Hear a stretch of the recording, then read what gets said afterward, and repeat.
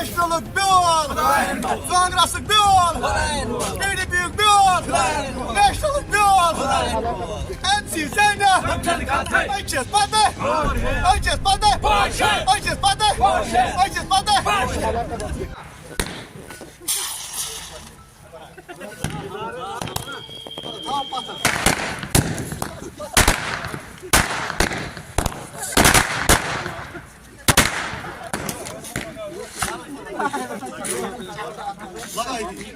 मोहम्मद साहब जो है इससे भी बात करेंगे कोशिश करेंगे जो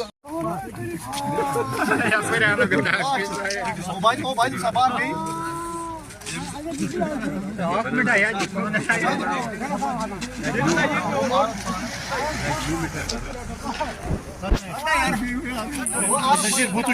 जनता पार्टी बस मैं यही पैगाम देना चाहता हूँ लोगों को कि आप देख लिया हमने किस तरह वहाँ पर जीत हासिल किया है और बाहर भी, और इंशाल्लाह जो आने वाला पार्लियामेंट है इसमें भी हम अच्छी तरीके से जीत हासिल करेंगे और पूरे हिंदुस्तान में।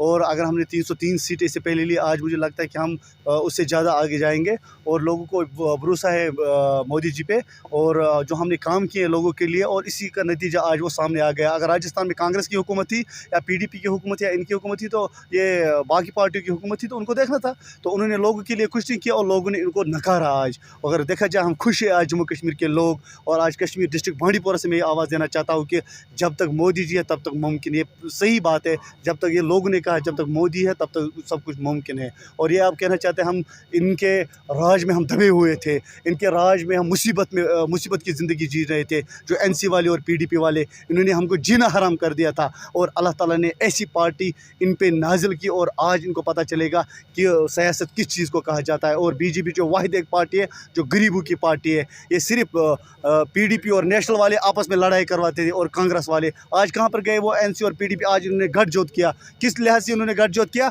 अगर देखा जाए मोदी इंशाल्लाह 2024 जो इलेक्शन है उसमें भी हम जीत करेंगे इंशाल्लाह करेंगे, और ये मेरा वादा है आपसे। और यहाँ पर भी हम मेहनत करेंगे, घर घर जाएंगे, जब तक नसीर लोन की जान है तब तक नसीर लोन डिस्ट्रिक्ट बांडीपोरा को आगे ले जाएगा, और घरों में जाएंगे, लोगों को हम मतलब उसको कहते हैं कि भीख मांगेंगे वोट के लिए, और वोट लोगों से लेंगे और अच्छी तरीके से अपनी पार्टी को मजबूत करेंगे। डिस्ट्रिक्ट बांडीपोरा की बात अगर करेंगे, देख मैंने इससे भी पहले कहा कि मेहनत करनी है। अभी यहाँ पर जो पार्लियामेंट सीट है वो बारामूला और कुपवारा और बांडीपोरा के एक होती है, और इसके अगर असम्बली की मैं 3 करूँ, गुरेज, बांडीपोरा और सोनावारी, मैं आपको ये चीज़ कहना चाहता हूँ कि अगर देखा जाए हमको मेहनत करनी है। गुरेज सीट तो हमने जीत ली है, ये मैं आपको यहीं से कहता हूँ, और इसके बाद जो बांडीपोरा और सोनावारी मेहनत करनी है। मैं नहीं दावा करता हूँ कि हम जीतेंगे, भाई साहब हमको मेहनत करनी है, लोगों के पास जाना है, लोगों को जो मोदी जी ने स्कीमें जो दी है वो लोगों तक पहुंचाना है, और लोगों को अवेयर करना है किस तरीके से मोदी जी ने 9 साल में इतनी स्कीम दिया है। और अगर 60 साल इन्होंने हुकूमत की, 60 साल में इन्होंने क्या दिया? सिर्फ स्टूडेंट पेल्डिंग, सिर्फ इन्होंने यहाँ पर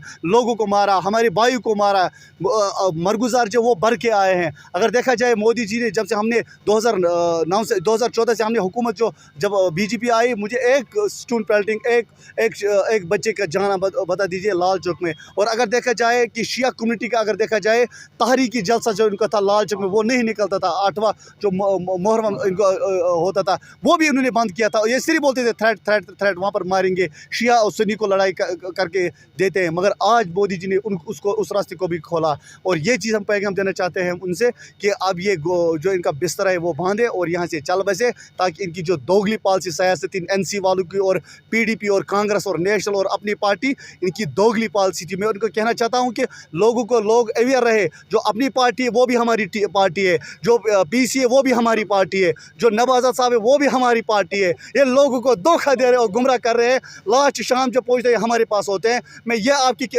माध्यम से कहना चाहता हूं कि लोगों को अवेयर रहे, इनकी जासिब ना आए।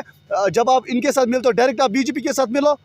ये हमारे जिसको बोलते हैं कज़न, हमारे कज़न सिस्टर्स भी है, कज़न भी है, हमारे साथ है ये। बाकी सबसे पहले मैं आप लोगों का बहुत शुक्रगुजार हूँ। जो नसीर लोन साहब ने कल जो इंतशाफ किया है यहाँ पे, मैं नसीर लोन साहब को ये कहना चाहता हूँ, जो उसने गुलाम नबी आज़ाद साहब के बारे में बताया, पहले उसको गुलाम नबी आज़ाद साहब के बारे में पढ़ना चाहे। गुलाम नबी आज़ाद साहब कौन शख्सियत है? मुझे लगता है कि बाहरी एशिया में अगर कोई बड़ा लीडर है वो गुलाम नबी आज़ाद है। और गुलाम नबी आज़ाद साहब जब 370 यहाँ पे टूट गया तो उस वक्त भी पार्लियामेंट के अंदर गुलाम नबी आज़ाद साहब ही ने बात की।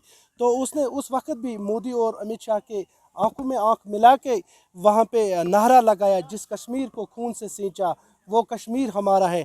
अगर हमारी पार्टी गुलाम नबी आज़ाद साहब बीजेपी की टीम होगी तो वो तब कहाँ बोलते थे पार्लियामेंट के अंदर 370 के बारे में। उसने डट के मुकाबला, अगर किसी लीडर ने कश्मीर के अंदर किसी लीडर ने डट के मुकाबला किया बीजेपी के साथ तो वो गुलाम नबी आज़ाद साहब ने किया, डीपीएपी ने किया है। वो नसीर लोन साहब ने जो कल कहा है, मुझे लगता है कि उसका दिमागी तवाज़ुन ठीक नहीं है। उसको चाहे कि वो किसी अच्छे डॉक्टर के पास जाए और इलाज कराए। मुझे लगता है कि इसके पीछे कोई साजिश है। जो यहाँ की रीजनल पार्टी है, एनसी है या पीडीपी है, वो बीजेपी का झंडा उठा के शायद मुझे लगता है कि वो एनसी और पीडीपी का काम करता है। तो हम इस चीज़ को कंडेम करते हैं। हम इस चीज़ को नहीं मानते हैं कि हमारी पार्टी जो डीपीएपी ये बीजेपी की टीम है, बल्कि हम हर महज पे बीजेपी का मुकाबला करेंगे। इसके लिए हम तैयार हैं। और हमारे जो लीडर है, जो हमारा chairman ex chief minister Ghulam Nabi Azad साहब है, तो वो ऑलरेडी उसने किया है डट के मुकाबला, और आगे भी हम बीजेपी के साथ मुकाबला के लिए तैयार है। और जो उन्होंने विकास का नारा दिया, कहाँ विकास का नारा है? आप देखो इस वक्त ग्राउंड लेवल पे, और ग्राउंड लेवल पे इस वक्त बीजेपी ज़ीरो है, कहीं दिखाई नहीं देता है।